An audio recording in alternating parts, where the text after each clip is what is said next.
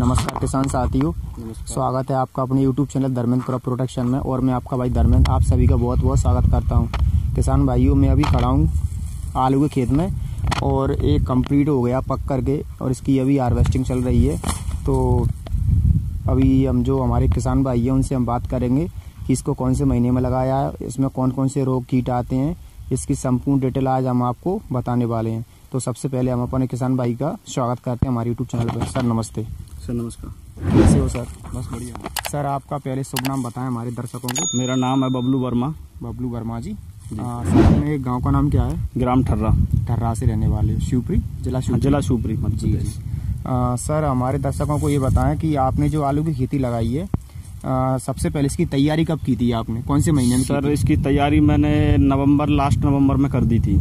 Last नवंबर में आलू बोने से 10 दिन पहले। 10 दिन पहले। हाँ, कल्टीवेटर से इसकी पहले अच्छी 2 बार मैंने जुताई की। 2 बार जुताई। इसके बाद 2 बार मैंने रोटावेटर फेरा जी। सर आपने जुताई करते समय कोई देसी खाद का उपयोग किया? नहीं, अभी देसी खाद का उपयोग नहीं किया था, मैंने बाजार का ही किया था। बाजार का किया था जी। और अभी जो आपने वैरायटी लगा रखी है ये कौन सी वैरायटी है सर? ये हमारी पुखराज कंपनी का आलू है। पुखराज S1 हाइब्रिड। S1 hybrid. इसकी जो बीज दर है वो क्या रखी थी आपने?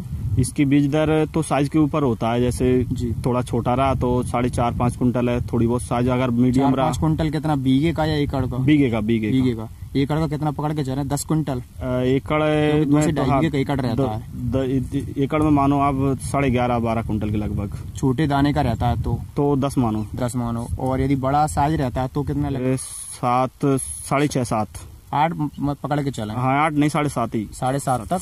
यदि आपके आलू के कंद का जो साइज रहता है यदि छोटा रहता है तो आपको 10 से 12 कुंटल इस्तेमाल करना प्रति एकड़ के हिसाब से, और बड़ा साइज रहता है तो आपको 7 से 8 कुंटल प्रति एकड़ के हिसाब से बीज दर के लिए इस्तेमाल करना है। जी। सर आपने जो इसकी बुवाई की थी या कैसे क्या लगाया था इसको मैंने मशीन मंगाई थी भाड़े से, मेरे पास मशीन अवेलेबल नहीं थी। बेड बना करके लगाया? हाँ बेड बना, मशीन ही नहीं, अपने आप बेड बनाया जी। और उसी से बोनी की उसने सेटल से आपने बुवाई की थी? सर बुवाई करने से पहले आपने जो उपचार किया होगा? हाँ उसका भी जो उपचार किया मैंने। कौन सी दवाई से किया, थोड़ा सा हमारे किसान भाई जानना चाहते हैं। वो बायोस्टीन। हाँ बायोस्टीन तो सारवेंडाजिम आता है 50% WP फॉर्मुलेशन में। जी। उससे आपने इसका बीजोपचार किया, वो तो फंगिसाइड हो गया। बिल्कुल। इसके अलावा आपने कीटनाशक भी लिया होगा फिर? कीटनाशक मैंने दीमक के लिए लिया था, थायोमेक्तासम लिया था 30% FS फॉर्मुलेशन में। जी। तो उन दोनों का आपने जो सीड ट्रीटमेंट किया था उसके लिए आपने कितनी मात्रा रखी थी लगभग उपचार के लिए? जी मैंने 300 ग्राम प्रति कुंटल हिसाब से, दोनों का 300 ग्राम। तो इसको पकड़ के चलते हैं कि 3 kg प्रति हो गया, 3 ग्राम प्रति kg के हिसाब से आपने बीजोपचार किया। बीजोपचार करने के बाद आपने तुरंत बुवाई कर दी थी या कुछ टाइम तक उसको छाया में सुखाने के लिए रखा था? 2 दिन तक तो उसको सूखने दिया था वैसे, मतलब पंप में घोल के स्प्रे करके उसको ऊपर और छोड़ दिया 2 दिन तक छोड़ दिया। छोड़ने के बाद वो सूख गया, जैसे दवाई सूखने के बाद फिर अपन ने बोरा में उसको भरवा दिया। बोरा में भरवा के पैक करके और तिरपाल से उसको ढक के रख दिया, पॉलीथीन की तिरपाल। 5-6 दिन तक। 5-6 दिन जब उसमें थोड़े अंकुर आने लगे, अंकुरित हो गए तो इसके बाद फिर अपन ने बीज खेत में डलवाया। तो सबसे पहले आप मार्केट से बीज लेके आए? जी। बीज लेके आने के बाद में आपने इसमें खड़े आलू लगाए थे या काट के लगाए थे? नहीं, खड़े आलू लगाए थे ना। जो ज्यादा बड़ा साइज ओवर हो गया था उसको अपन ने काटा था। उसको आपने काटा था और बाकी जो मीडियम थे वो डायरेक्ट लगा दिया आपने।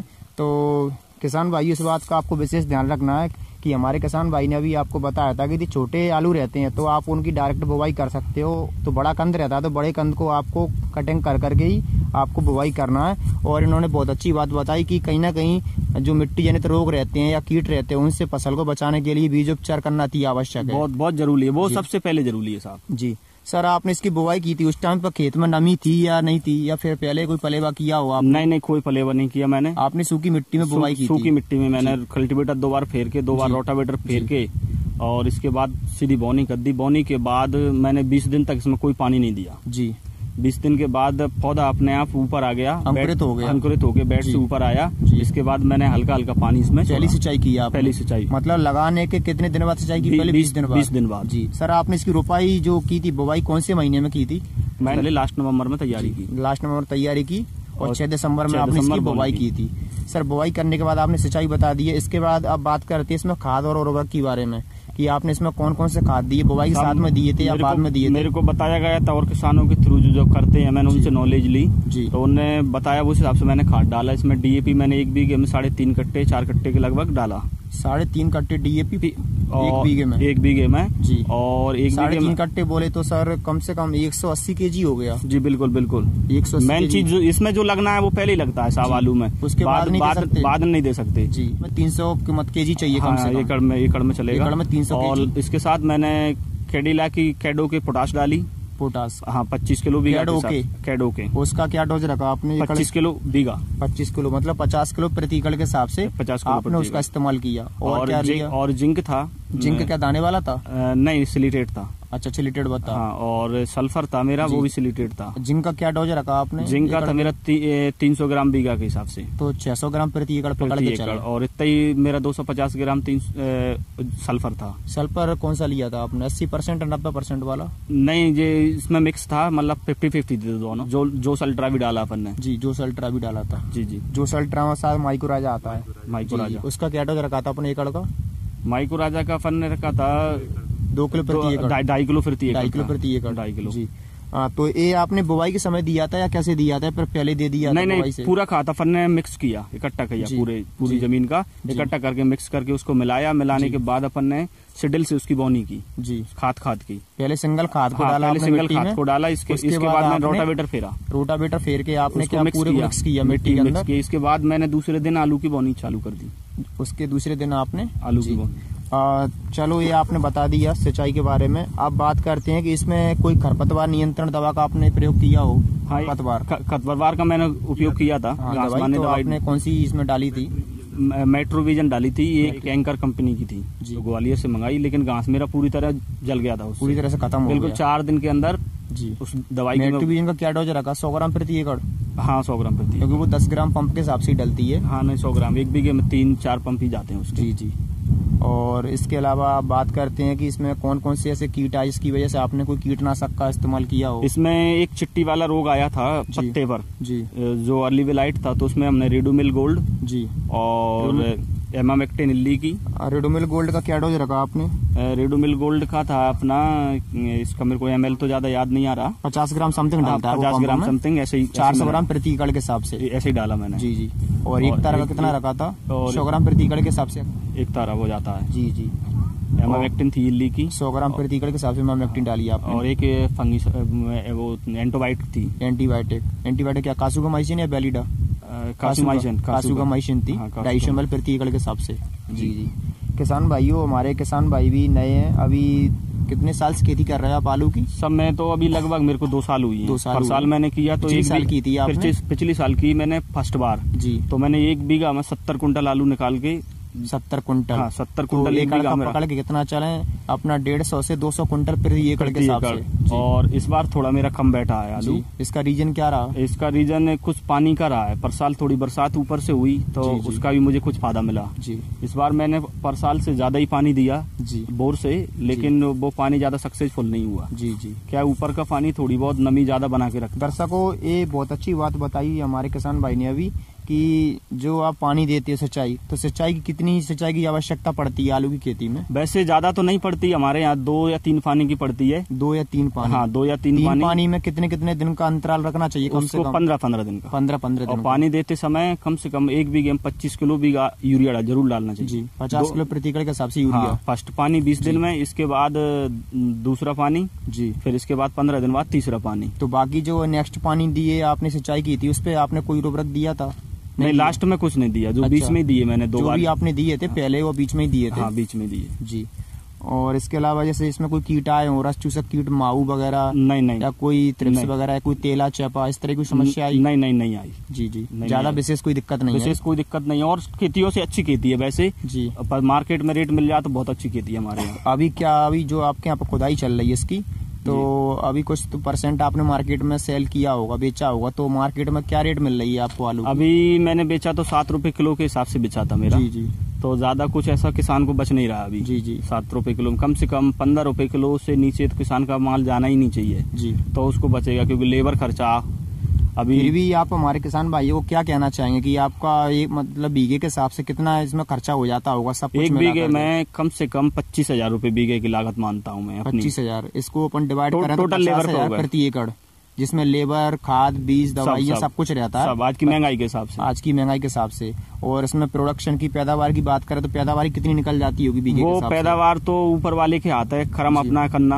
अपन जितनी लागत लगा रहे हैं अच्छा ही चाहते हैं, बुरा तो अपन चाहेंगे नहीं कम निकले। सही बात है कि और से अच्छा निकले, अच्छी दवाई डालेंगे, सब कुछ अच्छा करने के बाद 70 कुंटल में हाईएस्ट मानता हूँ। 7,000 केजी 7,000 केजी का पर बीघे का यदि अपन प्रोडक्शन मान के चलते हैं 50,000 रूपए की आपको कहीं ना कहीं पैदावार हुआ है, पूरा पैदावार, जिसमें से आपकी 25,000 रूपए आपकी लागत आ गई। तो आपको मार्केट को देखते हुए अभी आपको 25 से 30,000 रूपए प्रति बीघे के हिसाब से आपको मतलब बचत हुई है, जिसको अपन यदि एकड़ का पकड़ के चलें तो अपना 80 से 90,000 रूपए आ रहा है। और अगर रेट अच्छे मिलते हैं, रेट अच्छे होते हैं तो कम से कम 2 लाख रूपए प्रति एकड़ के हिसाब से आपको इजाफा होने की कंडीशन है। जैसे अभी आपने बताया था यदि 15 रूपए किलो अगर आपका आलू जाता है तो आपको 2 लाख रूपए प्रति एकड़ के हिसाब से बचत दिखाई दे रही है। तो आप हमारे किसान भाइयों को क्या कहना चाहोगे? क्या वो आलू की खेती कर सकते हैं? ऐसी कोई समस्या तो नहीं है उनको? हाँ, उनके पास अगर अच्छी जमीन है, थरवस जमीन है, पड़ुआ जमीन है तो वो कर सकते हैं। पीली मिट्टी है तो जी कोई दिक्कत नहीं करने, काफी अच्छी रहती है। हाँ, काफी अच्छी रहती है और उसमें आलू अच्छा बैठता है। जी। और मैं किसान भाइयों से सलाह दूंगा कि हो सके तो दिवाली से पहले अगर आलू हो जाए तो और अच्छी बात है। अच्छा, मतलब आपने जो लगाया वो थोड़ा लेट हो गया। आप क्या बताना चाहोगे कि आपने जो लगाया था 6 दिसंबर को, 6 दिसंबर से कितने दिन पहले लगाना चाहिए? कम से कम 1 महीना पहले। 1 महीने पहले, मतलब नवंबर में बुवाई हो जानी चाहिए। नवंबर में ही इसकी 1 नवंबर में बुवाई बोनी हो जाए तो मार्केट अपन को अच्छा मिल सकता है। मार्केट भी मतलब आप चाहते हो अर्ली मतलब क्रॉप लगानी चाहिए। जितनी जल्दी अपन उसकी खेती कर सकते हैं किसान भाई उतनी जल्दी उनको अच्छा मुनाफा देखने को मार्केट में मिलेगा और भाव भी अच्छा मिलेगा। जी, ये बहुत अच्छी बात बताई। और सर अभी आप जो खुदाई कर रहे हैं उसकी हार्वेस्टिंग, तो खुदाई के लिए कौन से यंत्र का वो इस्तेमाल कर रहे हो? ट्रैक्टर से? मेरा साहब ट्रैक्टर है, ट्रैक्टर के पीछे आलू की मशीन है जी।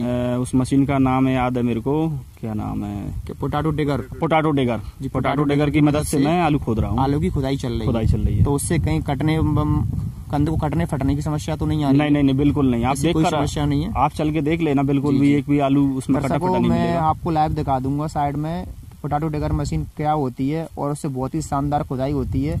और जो कंद रहता है उसको कटने की फटने की समस्या, टूटने की समस्या भी मतलब नहीं रहती है। थोड़ी बहुत ना के बराबर कहीं हो जाए वो तो इतना तो चलेगा, इतना तो हो जाता है, थोड़ी बहुत 1-2%। वैसे उससे बहुत शानदार खुदाई हो रही है। वैसे आपने देखा होगा मेरा आलू, और जी पूरी सुपरी मंडी में मेरा फर्स्ट आलू है। भाइयों मैंने अभी इनका पूरा फार्म देखा हुआ है और मैं जिस खेत में खड़ा हुआ हूँ वो भी आलू का खेत है। बट कंडीशन ये है कि ये पक्के तैयार हो चुकी है फसल, तो इसकी खुदाई चल रही है अभी फिलहाल। और ये फसल कितने दिन में कंप्लीट हो जाती है सर पकड़ के चलें तो? लगभग 65 से 70 दिन। 70 दिन अगर और अच्छा साइज बनाते तो 85 दिन मानो। जी 85 दिन में पूरी फसल तैयार हो जाती है आपकी। 85 से 90 दिन पकड़ लेते हैं। 90 दिन में आपकी पक जाएगी। मतलब 3 महीने में आपकी फसल पक्के रेडी हो जाएगी, मार्केट में मतलब आने लायक कंडीशन में आ जाएगी। अगर आप जल्दी बेचना चाहते हैं, मार्केट अच्छा है, तो 2 महीने के बाद से आप 65 दिन बाद बेचना चालू कर दो। जी कोई दिक्कत नहीं आएगी, आपका मार्केट में बिचेगा। जी मार्केट में चलता रहेगा 65 दिन के बाद। जी 65-60 दिन आपको इंतजार करना। 4-5 दिन बाद आप फिर कोई दिक्कत नहीं, निकालो आप, बढ़िया बेचो जी, साइज आपको भरपूर मिलेगा। लेकिन पकाने के लिए अपन लेट कर देते हैं। अब ये पका हुआ आलू है मेरा। मतलब तो पकाने कंडीशन की क्या कंडीशन है इसका? क्या आप इसको रोक के रखना चाहते हो क्या? हाँ, जैसे अपन को बीज बनाना है या अपन को बाजार में भाव नहीं मिल रहा तो अपन कोल्ड स्टोर में इसको रख सकते हैं। तो उसके लिए पका हुआ आलू होना जरूरी है। कच्चा आलू यदि आप रखते हो नहीं नुकसान, खराब हो जाएगा, नुकसान। उसमें कहीं ना कहीं फंगस की समस्या देखने को मिलेगी। किसान भाइयों इस बात का आपको विशेष ध्यान रखना है कि यदि मार्केट में भाव आपको कम मिल रहे हैं आलू की फसल के, तो आप उसको स्टोरेज भी कर सकते हो। लेकिन स्टोरेज आप तभी कर पाओगे जब आपका पूरी तरह से आलू पका हुआ होगा। यदि आप कच्ची फसल यदि आप रखते हो तो कहीं ना कहीं आपको नुकसान होने के चांसेस ज्यादा हैं। इसलिए आपको इस बात का विशेष ध्यान रखना है कि यदि आप स्टोरेज करना चाहते हो तो आपको पका हुआ आलू ही रखना है। जी। और सर हमारे किसान भाइयों क्या आप नया सलाह देना चाहो इसके अलावा? और आप कौन कौन सी खेती करते हो? और मैं टमाटर करता हूँ जी। टमाटर कितने बीघे में लगा रखे थे? मेरा 14-15 बीघे में था। तो क्या रहा इस बार मार्केट का भाव आपको? मेरा तो सबसे टॉप रहा है शिवपुरी जिले के अंदर जी। मतलब चाहे कोई पूछ ले या झूठी माने तो मान सकते हैं। 14 बीघा मतलब 7 एकड़ में? हाँ 7 एकड़ मेरा सबसे टॉप पे रहा। कितना सेल हुआ अपना टोटल प्रोडक्शन? मेरा हो गया होगा लगभग, मैंने अभी रजिस्टर में जोड़ा तो नहीं है, फिर भी मैं आपको अंदाजन बता देता हूँ। अंदाजा बताइए थोड़ा मोटा। 16 के से ऊपर पहुंच गया अभी। 16-17 लाख रुपए की आराम 14 बीघे से। और उसमें लागत की बात करें, लागत में कितना आया होगा आपका खर्चा? 6 के करीब। 6 के करीब बोले तो 1 बीघे में 40-50 हजार रुपए का आपका खर्चा आता ही आता है। बिल्कुल आता है साहब, क्योंकि आपने बताया 14 बीघे 14 5 70, कम से कम 6-7 लाख रुपए का आपका इन्वेस्ट होता है। तो आपका क्या मतलब मल्चिंग विधि से किया था आपने टमाटर? मेरा पूरा मल्चिंग था, ड्रिप। अच्छा, पूरा ड्रिप पे लगा के रखा था। और अभी जो आलू की खेती आपने की है कितने बीघे में की है सर आपने? ये मेरी 9 से 10 बीघे के अंदर। 5 एकड़ में समथिंग? 5 एकड़ में आपने। जी। किसान भाइयों, हमारे किसान भाई काफ़ी आधुनिक तरीके से खेती करते हैं और इनकी अभी दूसरी साल है खेती करने के लिए। और दूसरी साल को देखते हुए इनने काफ़ी अच्छी खेती की है आलू की। और आगे भी कौन कौन सी फसल लगाते हैं उसके ऊपर भी हम वीडियो बनाएंगे, विजिट करेंगे। और आगे इनकी प्लानिंग चल रही है कि टमाटर के लिए नर्सरी तैयार करने के लिए पॉली हाउस का भी निर्माण करने वाले हैं। हम उसका भी आपको लाइव वीडियो दिखाएंगे कि कैसे पॉली हाउस बनता है और क्या उसमें कौन कौन से आपको यंत्रों का इस्तेमाल करना है। तो दोस्तों, इसके साथ कहना चाहूँगा कि वीडियो अच्छा लगा हो तो प्लीज़ लाइक कीजिए, शेयर कीजिए। और आपके लिए इतनी मेहनत कर रहा हूँ। और आगे आपको यदि अदर और किसी फसल के बारे में जानकारी चाहिए तो आप मुझे कमेंट में बता सकते हो, तो मैं उसके ऊपर भी आपके लिए वीडियो बना दूंगा। और वीडियो अच्छा लगा हो तो लाइक ज़रूर करें। थैंक यू किसान भाइयों।